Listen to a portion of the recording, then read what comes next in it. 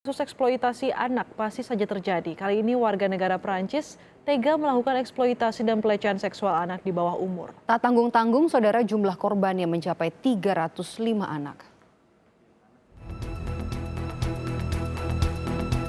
Inilah warga negara asing asal Prancis berusia 65 tahun yang melakukan eksploitasi dan pelecehan seksual anak di bawah umur berhasil ditangkap Polda Metro Jaya. Polisi menggerebek pelaku di salah satu hotel di kawasan Jakarta Barat bersama dua anak di bawah umur. Target pelaku adalah anak jalanan usia 10 hingga 17 tahun yang ditawari akan dijadikan foto model dengan diiming-imingi imbalan.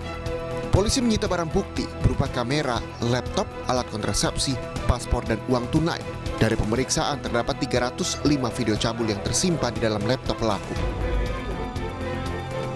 Atau seksual, child sex rumor ini terhadap 305 orang anak.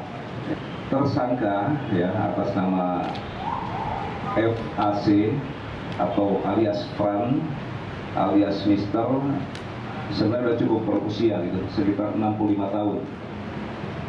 Angka sudah berulang kali yang masuk ke Indonesia sejak bulan Februari 2015. Jadi memang sudah cukup lama bahwa warga negara tersebut selama 3 bulan yaitu melakukan pencabulan dengan kedok fotografi terhadap anak perempuan di bawah umur. Ditangkapnya WNA asal Prancis oleh polisi diapresiasi oleh Menteri Sosial Juliari Batubara. Menteri Sosial pun prihatin dengan kasus ini karena belum lama terjadi kasus eksploitasi anak yang tersangkanya juga warga negara asing. Untuk rehabilitasi korban, Kementerian Sosial akan berkoordinasi dengan polisi.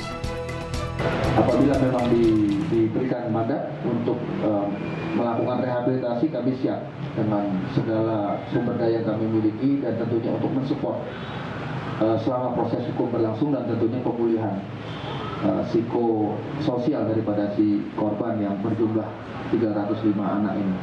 Sekali lagi terima kasih dan penghargaan yang setinggi-tingginya untuk teman-teman Polda Metro yang berhasil mengungkapkan kasus yang dahsyat ini. Semoga tidak ada lagi. Atas perbuatannya, pelaku dijerat dengan Undang-Undang tentang Perlindungan Anak dengan ancaman hukuman mati, seumur hidup, atau paling singkat 10 tahun penjara. Tim Liputan, Kompas TV. Informasi terbaru terkait dengan kasus eksploitasi dan juga pelecehan seksual anak di bawah umur yang dilakukan oleh warga negara asing asal Perancis. Kini kita bergabung dengan jurnalis Kompas TV, ada Feni Sinuraya di Mapolda Metro Jaya. Feni, pelaku dan juga sejumlah barang bukti telah diamankan polisi dan setidaknya ada 305 video tindak asusila yang direkam oleh tersangka. Sudah diketahuikah motifnya apa, Feni? Ya, selamat siang, Maidop dan juga saudara. Memang setelah kemarin melakukan penangkapan dan juga pemeriksaan awal terhadap tersangka, dari pihak penyidik Polda Metro Jaya saat ini tengah fokus untuk mendalami keterangan dari tersangka, termasuk soal motif. Tadi kami sempat bertelepon begitu atau menanyakan informasi terkini kepada Kabid Humas Polda Metro Jaya, Kombes Pol Yusri Yunus, yang menyatakan bahwa saat ini polisi memang tengah mendalami keterangan dari tersangka termasuk soal motif. Memang dari pihak kepolisian membuka kemungkinan bahwa ada motif bisnis atau motif ekonomi dalam perkara ini. Namun ini juga masih didalami, seandainya pun ada motif bisnis atau motif ekonomi, maka nanti penelusuran akan terus berkembang menjadi melalui saluran mana saja atau melalui mana saja begitu tersangka ini mempromosikan atau memperjualbelikan video-video tersebut dengan dalih untuk mendapatkan keuntungan. Apakah melalui media sosial atau kemudian ada pertemuan langsung dengan pihak lain. Ini yang menjadi salah satu pemeriksaan intensif yang dilakukan terhadap pihak kepolisian.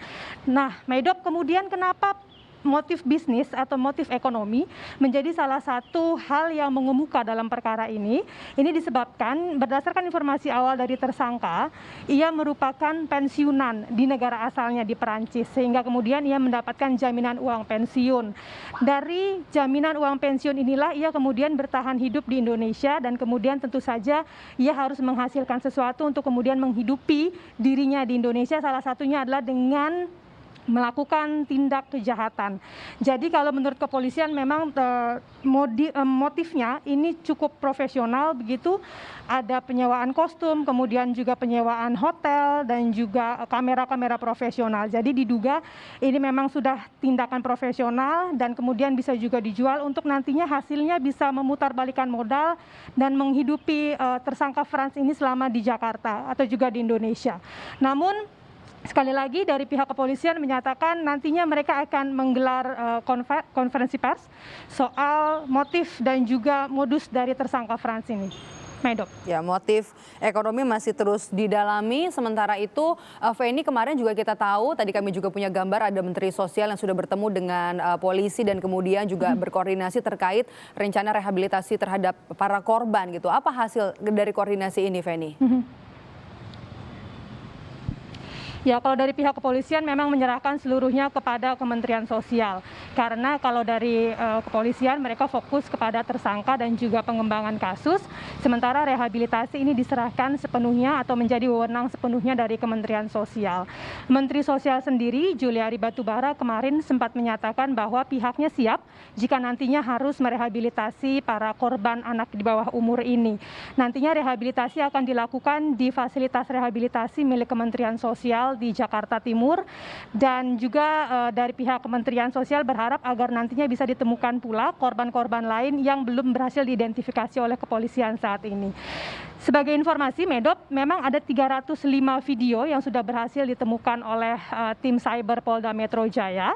Namun dari 305 ini baru 17 anak yang berhasil diidentifikasi. Kendala yang kemudian disampaikan oleh pihak kepolisian adalah anak-anak ini atau korban anak ini belum memiliki identitas diri atau belum memiliki KTP sehingga kemudian sulit untuk di-tracking dan juga diidentifikasi. Berbeda halnya jika korbannya adalah orang dewasa yang memang sudah memiliki data begitu di Disdukcapil. Namun kalau untuk anak-anak di bawah umur dan ditambah kebanyakan dari mereka inilah anak jalanan sehingga kemudian polisi memiliki kendala untuk mengidentifikasi dan men-tracking anak-anak ini. Juga ada kemungkinan bahwa anak-anak ini tidak hanya di Jakarta tapi juga di beberapa kota di luar Jakarta, mengingat sejak tahun 2015 hingga 2020 tersangka Frans ini memang tidak hanya tinggal di Jakarta tapi juga di kota-kota lain seperti di Bali. Jadi PR-nya ada beberapa, memang Medop, soal identifikasi korban termasuk juga rehabilitasi dan motif serta modus dari tersangka Frans